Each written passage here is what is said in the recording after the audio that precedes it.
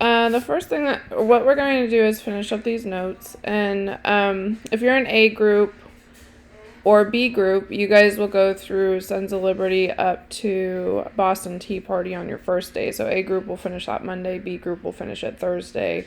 And then on Tuesday, A group will finish this, and Friday, B group will finish this. And if you're in C group, I'd recommend maybe just taking a break after Boston Tea Party and then come back to it later or the next day and finish it up. Because there's really just a lot of information all at once.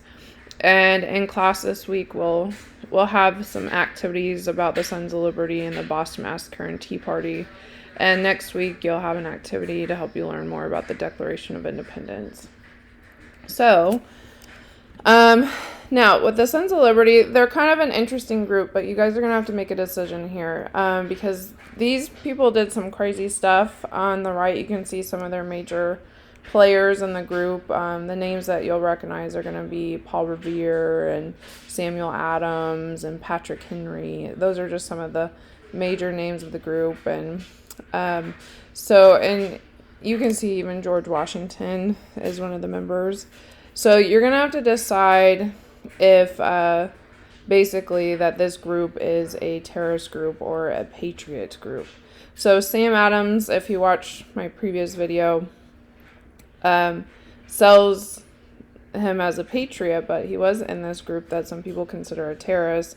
And in my previous video, I pointed out the Beer does not think the actual Sam Adams was cute enough to put on their label, because this is what he really looked like. But you notice this guy's much better looking. This guy's kind of creepy looking. All right, so side by side, he looks more like Jack Black than that dude.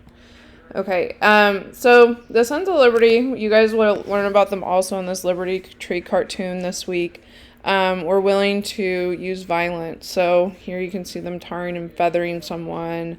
They were also willing to destroy people's property. Here they're dumping out tea, all sorts of stuff.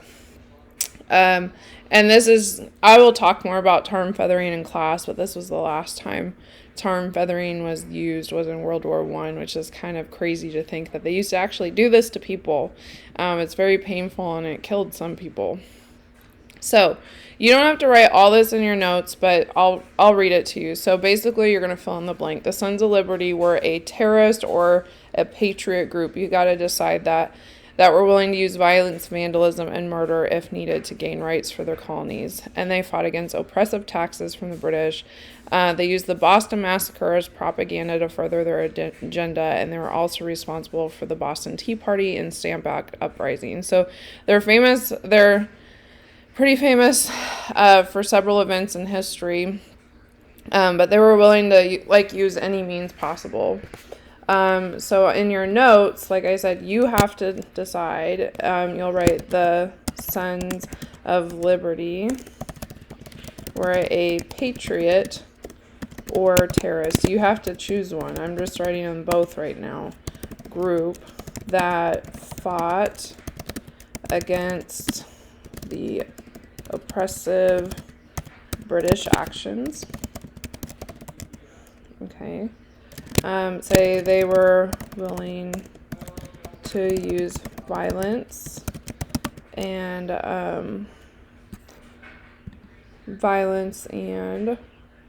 what's the word I'm looking for? Vandalism for their cause. You could say famous events. You don't have to list them all, but I will. Boston Tea Party, Stamp Act, Uprising, Boston Massacre. So this is a really important group in American history because all these things that you guys know about wouldn't have been done without the Sons of Liberty. So interesting group of guys. And these are the Lawyer 9. And it gives you some of their jobs. And so many of them were distillers, which means that they made whiskey. Even George Washington was a distiller. So the Stamp Act Uprising is this crazy event that happened. And this little bit of history, this is from history.com, will explain a little bit of the background to it. But basically the beginning of this is like talking about how they were bashing the Stamp Act in the press. Like people were getting really riled up. They were writing petitions to the king and doing all this stuff. But then here is where it gets kind of interesting. It says, while in Congress, the colonial assemblies passed resolutions and they issued petitions against the Stamp Act, and the colonists took matter into their own hands. So basically, when the government wasn't doing what they needed to do, they took it up. And so the famous popular resistance group, the Sons of Liberty, enlisted a rabble of Boston in their in opposition to the new law. So they gathered a mob. They paraded through the streets with an effigy. With an effigy is, like I mentioned last week, a doll. They put it on a stick, and this is to represent Andrew Oliver, the Boston stamp distributor. So this guy was a tax collector, and they hanged him from the Liberty Tree and beheaded him before going into this guy's home and ransacking it. So these Sons of Liberty were crazy. They were willing to do whatever they could do to bring down the British, and nothing was beyond them. So anyway, these kind of events kind of spread throughout Massachusetts and throughout the United States, to the point where most stamp distributors had resigned from their commission. So they were just like, screw this, I'm quitting this job because I want to, keep my home and all this stuff. So since everybody was going insane, it basically forced the British to get rid of the Stamp Act. But remember, once they got rid of this, in comes the Declaratory Act. So, Stamp Act uprising, who is responsible, what happened? So, hold on a second. So what we're going to do is, obviously, this crazy group, Sons of Liberty. So who was responsible?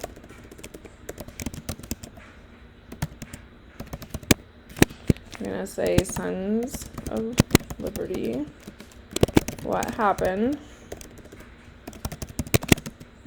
We're going to say that they were protesting against the Stamp Act and ransacked a stamp collector's home, which, if you want to explain the effigy part because it's fun, you can, but you could say protests spread throughout America, and and the British government repealed the law. Those would be really good notes for the Stamp Act uprising. I'll make this bold. If you guys want to do that, you can, if you're doing the digital version. Alright, so the Boston Massacre and the Boston Tea Party. You guys probably have heard of these events. If you haven't, they're very famous events in American history. Most kids know these two events.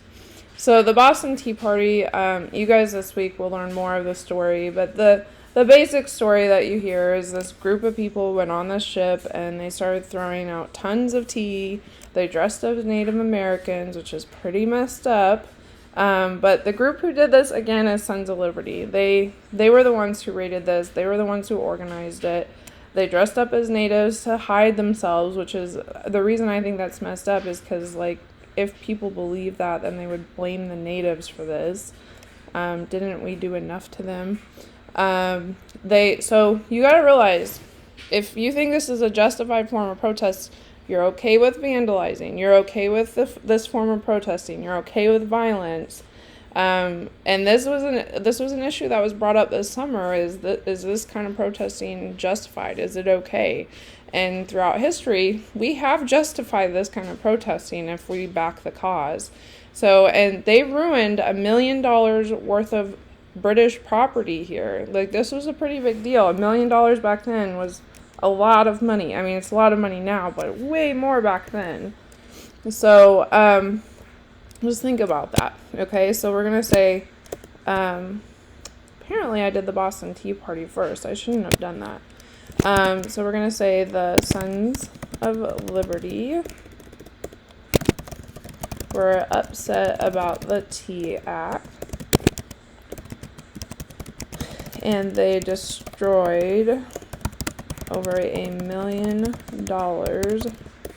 worth of British tea to show their displeasure with the tax. Okay.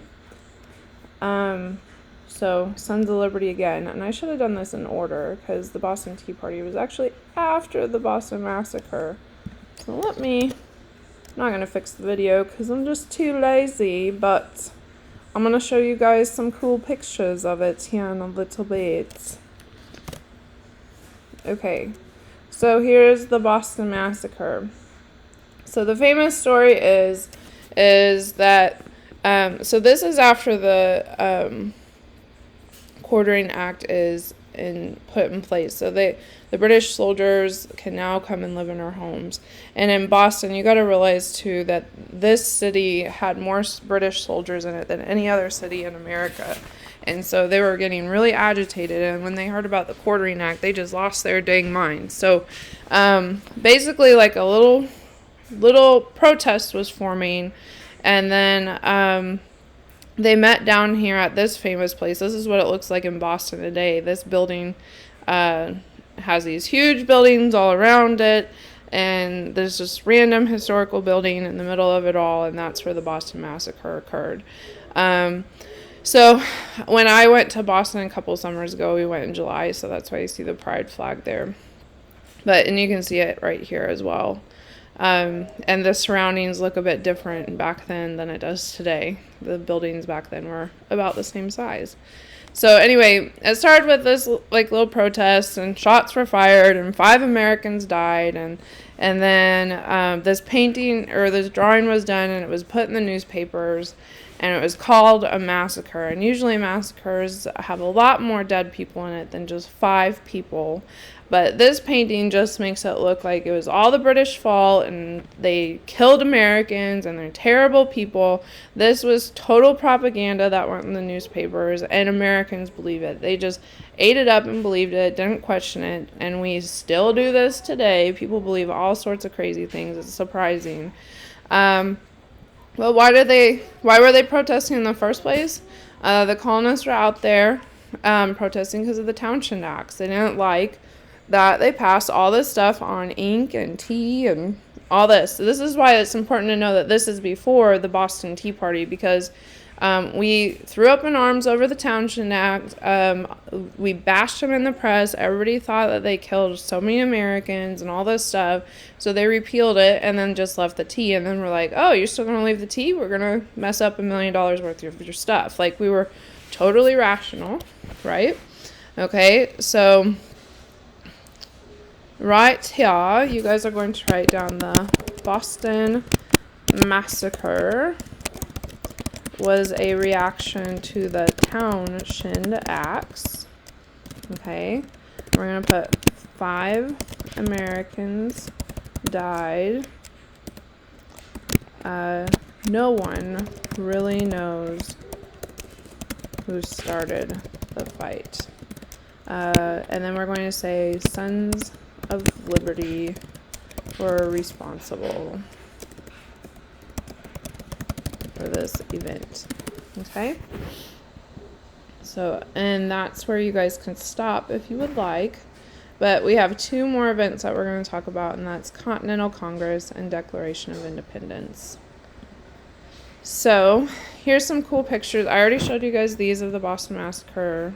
This one is of the Boston Tea Party. So if you guys ever get to go down to the museum, the actual place where the Boston Tea Party occurred has been filled in with land. So this is just a replica, and it's just a lot of fun. It's not where it actually occurred, nor is it the ship that it happened on or anything. There's actually only one surviving piece from the Boston Tea Party, and that's a box, and it's inside the museum. And some lady ended up acquiring it. I can't remember how, but like, it ended up being passed through her family for generations, and like kids used it for a toy box and for cats to sleep in and like all sorts of crazy stuff. So anyway, they're filled with actors. When you go in, an actor will explain what you're going to do. You get a card, and then you go and you sit down, and this lady has you do that huzzah and booing thing.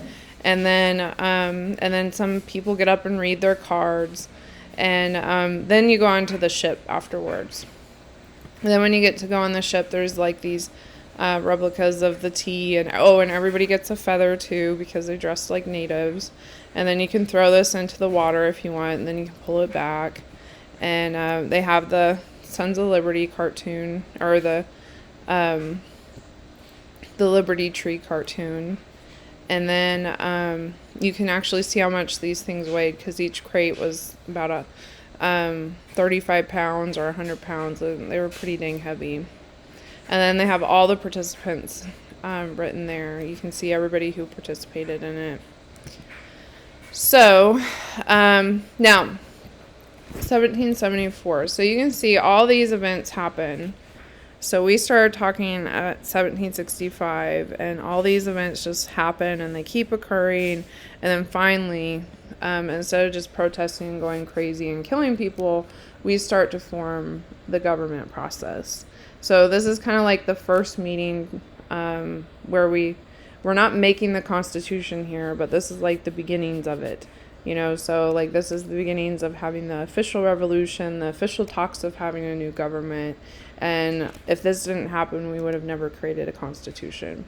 So that's why the First Continental Congress is so important. But their two major cries is they want no taxation without representation, life, liberty, and the pursuit of happiness. So like next week, we'll have a no taxation without representation activity. So you learn a little bit more about that. But basically, if we're going to be taxed, we want representatives over in Great Britain.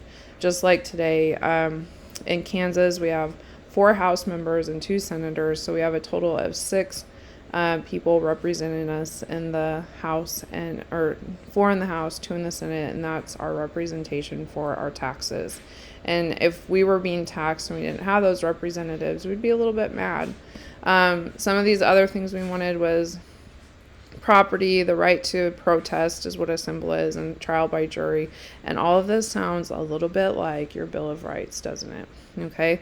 And then not too long after this event, 2 years after this event, we declare our independence officially on paper, and it was famously written by Thomas Jefferson. So now, what we're going to shorten this up here. We're going to write they met to create a list of demands to the king. One major one, no taxation without representation. I am writing in all caps because I'm not hangry, but I'm angry. And then your next one is going to be, we're just going to say life, liberty, what is that? Life, liberty, and the pursuit of happiness. Those are the main cries. I mean, obviously there are others, but you can write those if you feel like it. If you really feel like it. So to move on to Mr. Thomas Jefferson, which is this guy right here. You might know him as the 3rd president of the United States.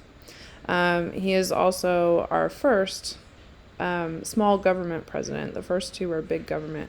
Actually, the second one was kind of crazy, to be honest. But anyway, so if you ever want to see his famous document that he made several drafts of, it looks like this. There are always people guarding it, and it's in the National Archives in Washington, D.C., and people always ask them about Night of the Museum when you go in there. So when you go in and you ask them and you think you're the first, you're probably like the 100th person to ask them that day. And they answer it and they laugh about it and they act like they're not annoyed, but they probably are. So it's in this kind of rotunda, which I wasn't supposed to take this picture. I almost got kicked out of the museum, but that's cool. And it's kind of dark in there. This one I found on Google. It's kind of dark on there, and then there's these gases in there to preserve the documents because they're getting very old and all of that. And so if people were to touch them every day with their oily hands, these documents would be gone by now. So they're well protected, and you can see the Bill of Rights in there too. You can see there's another thing you can see in there, and I'm forgetting it. Anyway, so I think of the original draft of the Constitution. I think it's the Bill of Rights, the original draft of the Constitution, and the Declaration of Independence. And I think this is actually the Bill of Rights here. The Declaration of Independence is much smaller. But it's on this huge piece of paper.